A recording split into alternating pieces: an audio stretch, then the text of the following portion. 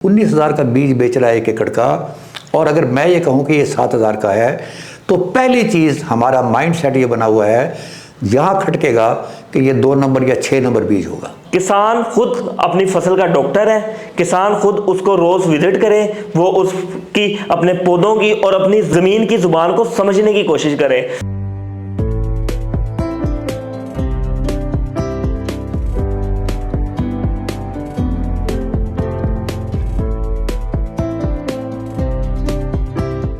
बिस्मिल्लाहिर्रहमानिर्रहीम।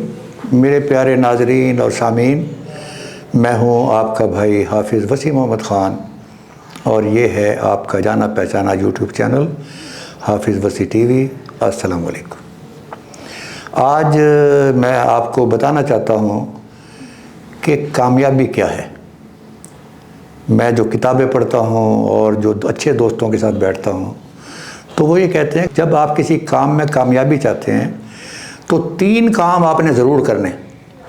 नंबर 1, जो आदमी नाकाम हो चुका हो उस काम के अंदर, उससे आपने सलाह ज़रूर लेनी है, जो हार चुका हो और जिसने हार मान ली हो, ताकि वो बता सके कि मेरी क्या क्या कमज़ोरियाँ थी। और जो आदमी जीत चुका हो उससे तजर्बा हासिल करना है और उसको देखना है कि उसकी ताकत कौन कौन सी थी जिसकी बुनियाद पर वो कामयाब हो गया। और इन दोनों बातों के बाद तीसरी बात एक और भी बताई, और वो बात ये थी कि फिर अपनी अकल भी इस्तेमाल करनी। जब आप इन 3 चीज़ों को मिलाएंगे तो इंशाअल्लाह ताला कामयाबी आपके कदम चूमेगी। हाफिज़ वसी एग्री इनिशिएटिव हमने स्टार्ट किया था और उसके कुछ मकासद थे। एक मकसद उसका ये था कि दुनिया में होने वाली लेटेस्ट रिसर्च, उससे आप लोगों को, किसान भाइयों को आगाह किया जाए। दूसरी चीज़ ये थी कि उनके जानवरों की पर हेड पैदावार, फी जानवर पैदावार, और किसानों की पर एकड़ पैदावार, इसको किस तरीके से बढ़ाया जा सकता है। और तीसरी चीज़ ये थी कि जो हमारे जो नए आने वाले जो साइंटिस्ट हैं उनका तारुफ आप लोगों से करवाया जाए। और आखिरी चीज़ ये थी कि हम दरमियान में मिडिल मैन को निकाल कर जिन वैरायटीज़ पर हम बहुत अच्छा, हमें शरह सदर हासिल है, वो हम मौका फराहम करें आपको कि वो आपको उन ज़रूरी साइंसदानों को जो इस फील्ड पे काम कर रहे हैं लेकिन बड़ी मल्टीनेशनल कंपनीज़ के साथ नहीं हैं, हम उनके प्रोडक्ट को आपसे इंट्रोड्यूस करवाएं। इसकी 3-4 मिसालें मैं आपको देना चाहता हूँ। सुरगाब पूरे पाकिस्तान में इस्तेमाल हो रहा है। सुरगाब जमा NPK 2% बेहतरीन रिज़ल्ट्स दे रहा है और ये डिमांड है पूरे पाकिस्तान की, इंक्लूडिंग बलूचिस्तान एंड सिंध। दूसरी चीज़, अगर आपको याद हो कि सरगोदा 2002 का बीज इवन गवर्नमेंट के फॉर्डर सेक्शन से भी नहीं मिल रहा था, लेकिन हमने बताया कहाँ से मिल सकता है और माशाल्लाह अब लोग खुश हैं, इसलिए कि ये वो फसल है जो पूरे 5 साल तक चल सकती है। और तीसरी चीज़ कफ 103। अब कफ 103 एक साल दरमियान में नहीं आया, पिछले साल आया था और वो हाथों हाथ बिका, लोगों ने लगाया। और निशात डेरीज उसकी एक बेहतरीन मिसाल है। और एक लाहौर के अंदर भी एक हमीद शाही साहब हैं, जिनको मैं एक दिन आपके सामने मैं लाना चाहूँगा कि वो अपने तजर्बात से आपको शेयर करें। पिछले प्रोग्राम के अंदर हमने मकई की 3 वैरायटीज़ आपके सामने इंट्रोड्यूस करवाई थी, और एक थी 77M77, दूसरी थी 36M96 और एक थी 9608। ये आखिरी वाली सिंगल क्रॉस थी और बाकी डबल क्रॉस थी। अब बदकिस्मती क्या है कि हमारा माइंड सेट ये है कि अगर कोई आदमी 19,000 का बीज बेच रहा है एक एकड़ का, और अगर मैं ये कहूँ कि ये 7,000 का है, तो पहली चीज़ हमारा माइंड सेट ये बना हुआ है, यहाँ खटकेगा कि ये 2 नंबर या 6 नंबर बीज होगा। हम यकीन नहीं कर सकते कि कोई आदमी ईमानदारी के साथ, मेहनत के साथ, उन तमाम ख़र्चों को जो मार्केटिंग पे होते हैं उनको निकाल के वो आदमी आपको सही चीज़ दे रहा है। तो हमने चुने हैं कुछ लोग जो ज़रूरी साइंसदान, जिनकी ज़िंदगी भर का तजर्बा मल्टीनेशनल कंपनियों में या इंटरनेशनल बाहर जाकर उन्होंने काम किया और फिर वैरायटीज़ डेवलप की और उसके बाद उनको सर्टिफाई करवाया, गवर्नमेंट ने अप्रूव किया। तो वो असल हमने इंट्रोड्यूस करवाया और बेशुमार लोगों ने उसको लिया भी। अब हमारा एक और भी काम है, और वो काम ये है कि ये देकर फिर हम छोड़ते नहीं हैं। सवाल ये है कि मेरा ये ज़मीर भी मुतमईन है या नहीं है। तो फिर एक होता है third party audit. Third party का ऑडिट का मतलब ये है कि मेरा बच्चा घर में खूबसूरत तरीन बच्चा है, लेकिन जब मैं गली में देखता हूँ मुझे वहाँ भी वो खूबसूरत नज़र आता है। जब स्कूल में जाता हूँ तो वहाँ भी खूबसूरत नज़र आता है, लेकिन जब मैं किसी तीसरे आदमी से पूछता हूँ कि भाई क्या नंबर है, तो पता चलता है कि उस बच्चे का मेरे घर में तो नंबर 1 है, लेकिन गली में उसका नंबर 13वां है, और जब वो स्कूल में जाता है तो उसका खूबसूरती में 300वां नंबर है। तो ये जो वैरायटीज़ हैं, जैसे मैंने आपके सामने नाम लिया कि सुरगाब को अगर स्प्रे किया तो हमने आदमी वहाँ पर थर्ड पार्टी ऑडिट करवाया। अगर सरगोदा 2002 लगवाया तो वहाँ जाकर देखा कि उसकी ग्रोथ कैसे जा रही है। कफ का दिया तो उसको जाकर देखा। ये जो वैरायटीज़ 3 मकई की जो आजकल जिसका सीज़न है, ये जो चल रही है, हमने इसका भी थर्ड पार्टी ऑडिट करवाया। और आज मेरे पास फार्म डायनामिक्स पाकिस्तान, जिनका आप नाम जानते हैं, और कफ 103 वो मार्केट में लाने वाले हैं, बल्कि मैं उनको पुश करने वाला हूँ कि ये आप लेकर आएँ, इसलिए कि ये पाकिस्तान में कफ 103 कोई और नहीं लेकर आया था।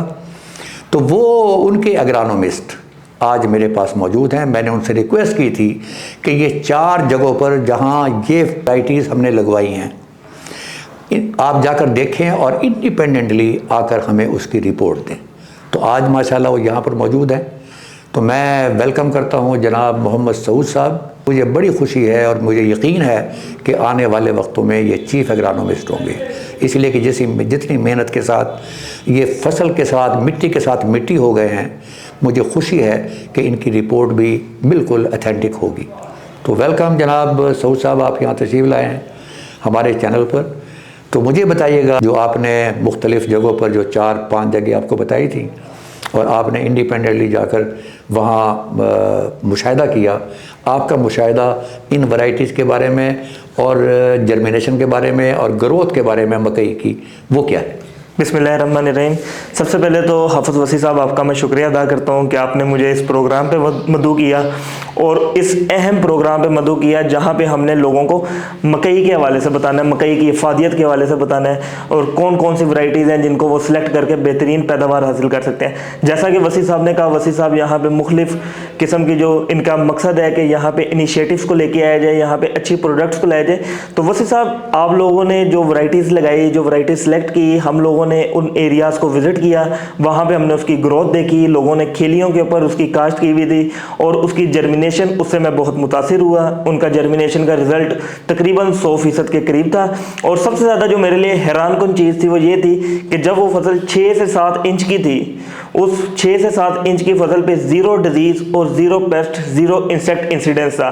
तो मेरे लिए ये एक इंतहाई हैरानकुन खबर थी। तो वहाँ पे मैंने डिफरेंट फार्मर से फीडबैक लिया तो पता चला कि वसी साहब, आपने जो वहाँ पे एक केमिकल उनको इरजाइल सुपर के नाम से जो उनको फराहम किया, उसका उन्होंने इस्तेमाल किया। उन फार्मर्स ने उससे सीड ड्रेसिंग, यानी सीड का जिसे हम कहते हैं ना ट्रीटमेंट करना, सीड ट्रीटमेंट किया और रिजल्ट ये निकला कि उनकी फसल जो थी वो बेहतर तरीके से उसने परफॉर्म किया और इंसेक्ट पेस्ट से भी वो महफूज रही।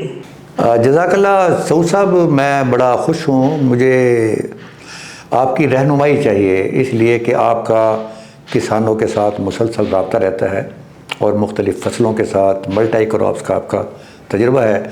आज हम बात कर रहे हैं सिर्फ मकई की, और मकई के बारे में जिस तरह आपने विज़िट किया है, आपने 2-3 चीज़ें देखी हैं। एक जर्मिनेशन परसेंटेज बहुत अच्छी, वेरी इंप्रेसिव।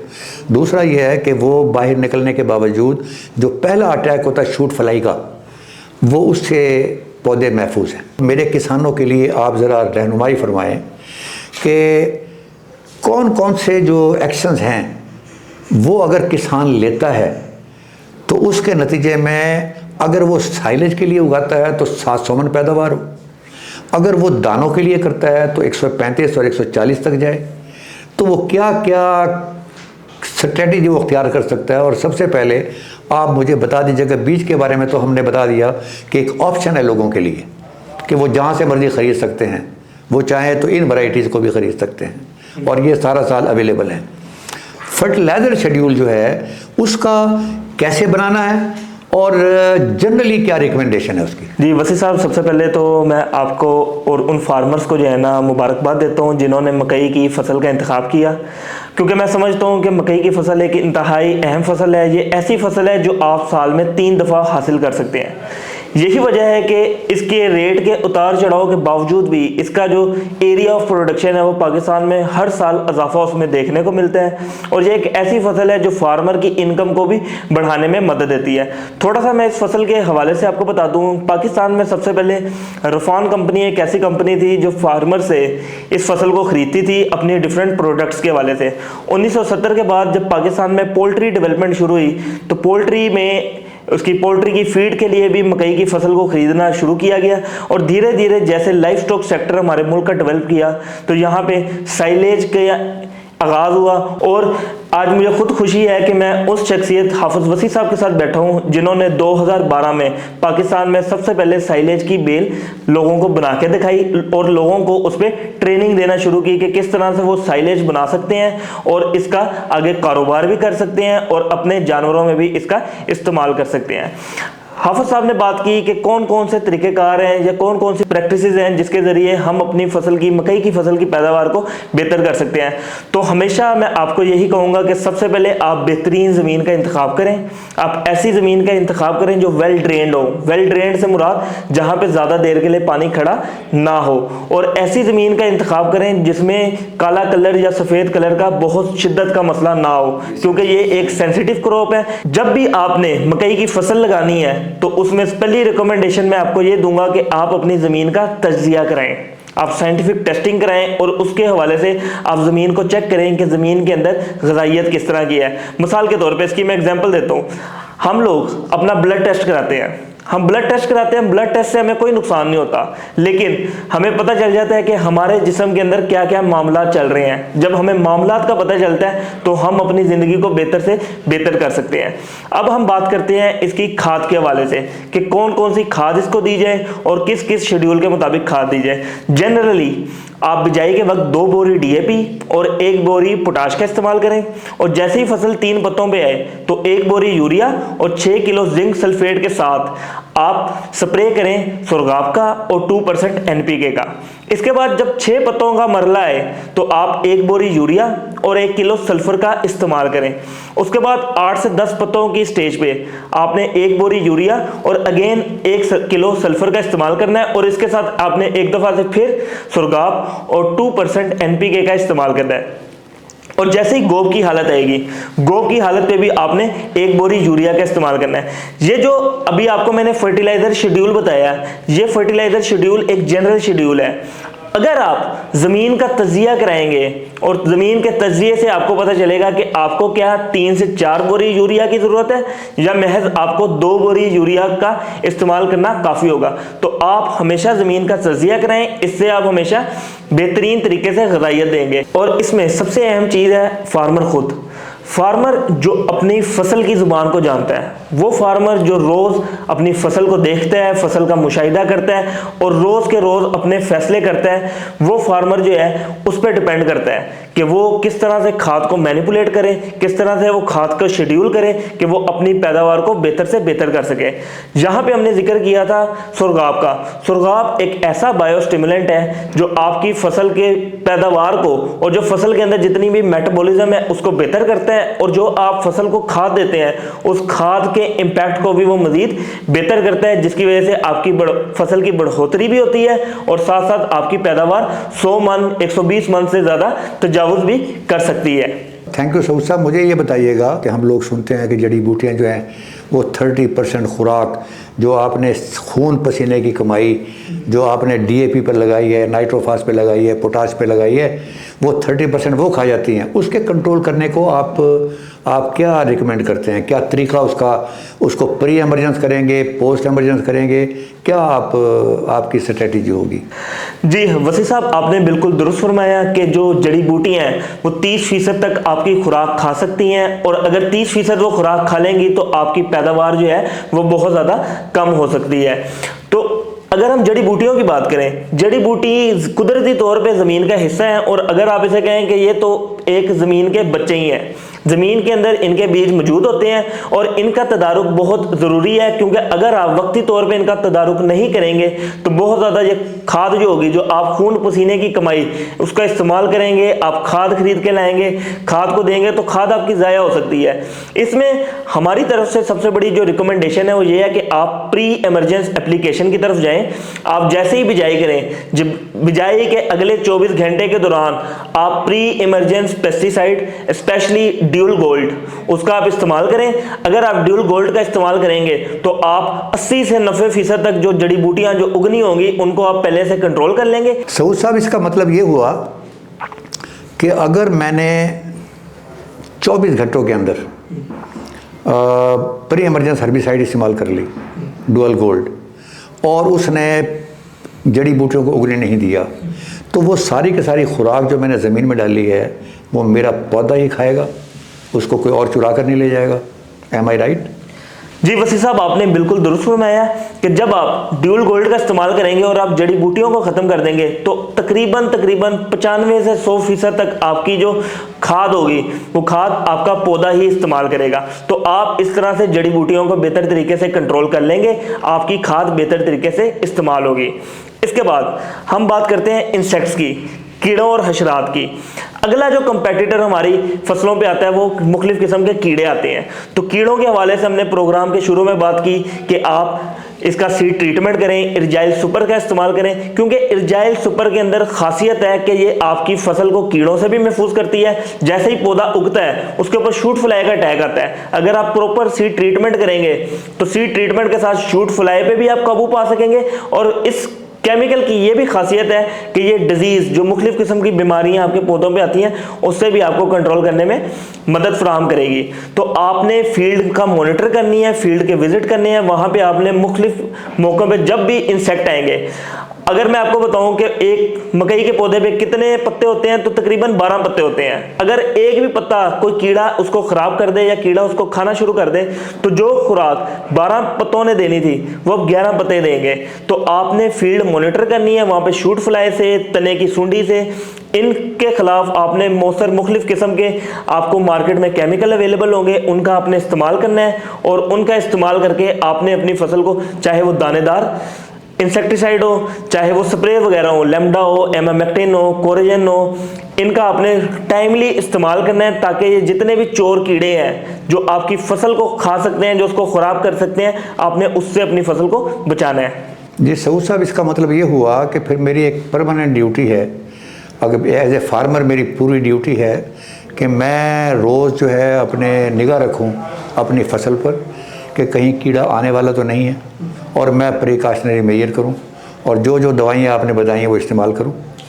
जी हाफिज साहब, बिल्कुल इसी तरह से जैसे हम घर में बच्चों का ख्याल रखते हैं उसी तरह ये पौधे भी ज़मीन के बच्चे हैं, हमने इनका भी उसी तरीके से ख्याल करना है। जैसे हम अपने बच्चों की हिफाजत के लिए, जैसे घर के बच्चों की हिफाजत के लिए हम ख्याल करते हैं, हमने इन पौधों का ख्याल करना है ताकि हमारी जो पैदावार है हम बेहतर तरीके से उसको ले सकें और कोई भी चीज़ उसको नुकसान ना पहुँचा सके।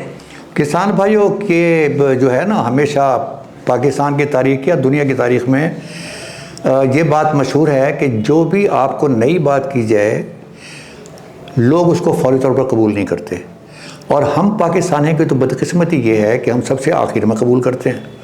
ये जो एटमी धमाका था उसके साथ भी एक शर्त थी, वो शर्त ये थी कि अगर इंडिया ने धमाका किया तो हम भी धमाका करेंगे, यानी इंडिया नहीं करेगा तो हम भी नहीं करेंगे।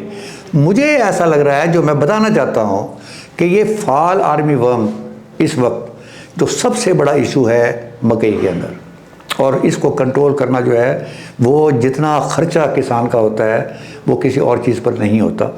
तो ये इसका जो अल्टीमेट इलाज है वो तो बायोजेनेटिक इंजीनियरिंग है कि जब तक हम सीड की इंजीनियरिंग में कोई तब्दीली ना लेकर आएँ उस वक़्त तक इससे लड़ाई जो है हमारी जारी रहेगी। और दुनिया के अंदर ये मुसलसल जो है ये रिसर्च जो है वो जारी है, और हम लोग जो है हम रिसर्च के ख़िलाफ़ बंद बनाने के अंदर हमेशा लगे हुए हैं, उसको हम कबूल नहीं करते, हम इजाज़त नहीं देते। तो उस वक़्त तक तो आप जो दवाइयाँ इन्होंने बताई हैं वो आप इस्तेमाल करेंगे ताकि आपकी फसल कीड़ों से महफूज रहे। तो मैं अब आपसे आखिर में पूछना चाहता हूँ कि जनरली अच्छी पैदावार लेने के लिए आप मेरे किसान भाइयों को कौन सा एक मैसेज दे सकते हैं कि अगर आप ये करेंगे तो इंशाअल्लाह ताला आप कामयाब होंगे, आपकी पैदावार ज़्यादा होगी। मैं आखिर में किसान भाइयों का शुक्रिया भी अदा करता हूं और मैं उनको ये भी गाइड करूंगा कि वो लोग हमेशा वैरायटी सिलेक्शन बेहतर करें, हमेशा जो वैरायटी वो लें उस वैरायटी को वो देखें कि वो वैरायटी क्या है, वो एक अच्छी वैरायटी है, और हमेशा उसको एक बेहतरीन सप्लायर से और एक ट्रस्टवर्दी सोल्यूशन से जो है ना उस वैरायटी को लें, ताकि उनको एक अच्छा और खालिश बीज मिले, उनको एक ऐसा बीज मिले मकई का जिसका उगाव कम से कम 90% हो। 90% उगाव से मुराद है कि आप बेहतर तरीके से जो है अपनी पॉपुलेशन हासिल कर लेंगे। जो मतलूबा तादाद है पौधों की, आपको वो पौधों की तादाद हासिल होगी और उस तादाद के तहत आप अपनी बेहतर से बेहतर प्रोडक्टिविटी हासिल करेंगे। और सबसे अहम बात, किसान खुद अपनी फसल का डॉक्टर है, किसान खुद उसको रोज विजिट करे, वो उसकी अपने पौधों की और अपनी ज़मीन की ज़ुबान को समझने की कोशिश करे। वो जैसे ही पौधों की और ज़मीन की ज़ुबान को समझेगा तो उसको पता चल जाएगा कि कहाँ पे मैंने कितनी खाद देनी है, कहाँ पे मैंने खाद को कम करना है और किस किस जगह पे मुझे बीमारी या कीड़ों के आने का खदशा है, तो वो उस हिसाब से उसकी स्प्रेज वगैरह की एप्लीकेशन कर सकेगा। जज़ाकल्लाह सऊद साहब, आपने बड़ी प्यारी बात कही है। और मुझे अब वो जो जिसे आप कहते हैं ना लोकल विजडम, कल्चरल विजडम, बुज़ुर्गों की बातें, वो मैं उस बात पर आकर अपनी बात को ख़त्म करता हूँ। मेरे दोस्तों को समझ में आती है तो इट इज़ ओके, अगर ये बात उनको समझ में नहीं आती तो वो ज़रा बुज़ुर्गों से पूछें। 100 चाचा तो एक प्यो, यानी एक बाप जो है वो 100 चाचों के बराबर है, अंकल के बराबर है। और 100 दारू तो एक क्यों, 100 दवाइयाँ उसके मुकाबले में एक घी। अगर आपको ये बात समझ में आती है तो इट इज़ ओके। मैंने तर्जुमा किया है पंजाबी में जो सऊद साहब ने आपको आखिर में एडवाइस की है। मैं आपका शुक्रिया अदा करता हूँ। वमा अलैना इल्लल बलागुल मुबीन।